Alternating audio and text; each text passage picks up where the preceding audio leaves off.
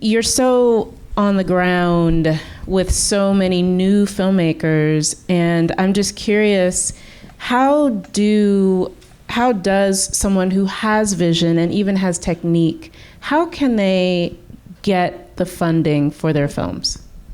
I think what's exciting about documentary is that there are institutional and also elemental components of this part of the entertainment world that narrative can't touch. So whether you're talking about IDA, Sundance, the list is so expansive for art grants, and that is definitely accessible for certain types of filmmaking and certain types of storytellers. But I also feel when you're doing a documentary, many times there's a social, an issue, a political component to it. And if you've been able to really focus what your film is about, and that is unique to the subject matter, you can find organizations that are going to support your storytelling. There are obviously really popular ones that perennially raise a tremendous amount of money, so there's access points, whether it's medical-based, AIDS research, cancer research, films that are dealing with Alzheimer's. PTSD is still pretty ascendant. We've been living in a wartime, although we don't feel like it's wartime. The amount of people really delving into the subject matter and storylines that are dealing with these kind of war-based issues, there's an organization out there that might be able to help you fund that. So these are ways that narrative filmmakers don't have those same inroads. The challenge becomes, particularly for the population I work with a lot, which is the short filmmaker into the first time feature filmmaker, is that nobody has heard of your name. And so the relationship in terms of finding a component, a known name, or strategic relationship, ITVS, all these amazing organizations that are out there, are having that one champion is a component that used to be the only way to get it made, and it's just not that way anymore.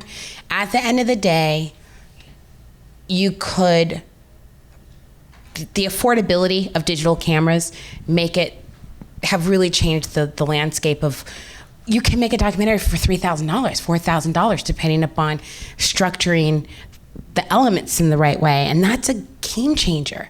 When I started, it cost like $150,000 to get our film made. So, and our films are way better now. And so for me, that's what's so exciting. I do think filmmakers, I would really encourage people to plan better. I think the way that we plan, you don't just go out and buy a car. You have to plan for it. And if you can't earn the credit to have a $50,000 car, you'll buy a $20,000 car. So we want to encourage filmmakers that you might have a film that really needs $60,000, and if you don't have it, plan for that. Either just because you're passionate and you want to shoot today doesn't mean you're supposed to shoot today. We see a lot of filmmakers come out of the gate before they really have their budgeting right, their elements in place, and now they're halfway through. They didn't plan for things properly. And so the yin and the yang of being able to be so self-sufficient means if you don't have experience, be honest about it and take the time, or get somebody involved who does, who can help you not hit those icebergs. And be realistic about what you can afford to do. But when you're starting out, friends and family and credit card is still the party that everybody needs to get real about. Because at the end of the day, Kickstarter and the different crowdsourcing tools are there as a mechanism, but they are not the solution. They are not changing the list of people you're hitting. They just give you a way to be organized and have a good presentation. People who are starting out with their first film doing a Kickstarter of 30,000 people, but if you couldn't make 10 phone calls and get $30,000, the Kickstarter is not the game changer that's going to change that equation. And I think that's the biggest misunderstanding is $3,000. What can you shoot for $4,000? Make the short The short can then be a tool that you use to raise the awareness and the fundraising you need for the feature, and to begin to build a campaign and a fan base and those email addresses. So when your feature comes out and it's in Pasadena and you need 2 weeks of full houses, there are 20,000, 30,000 email addresses that you can directly campaign to. Those are the components of filmmaking we have to take responsibility for, because we're not at Sam Goldwyn and there's a genius marketing person with a P&A budget. It's now our responsibility. And that's what I really want to encourage filmmakers to do when they're starting out, is to count the dollars, and in your passion and in your positivity and your faith-based living, you still got to count the dollars, and they're not going to magically appear. And if you need to wait 6 months and go book a job, work the grill, whatever you got to do to raise that money, earn the right to shoot.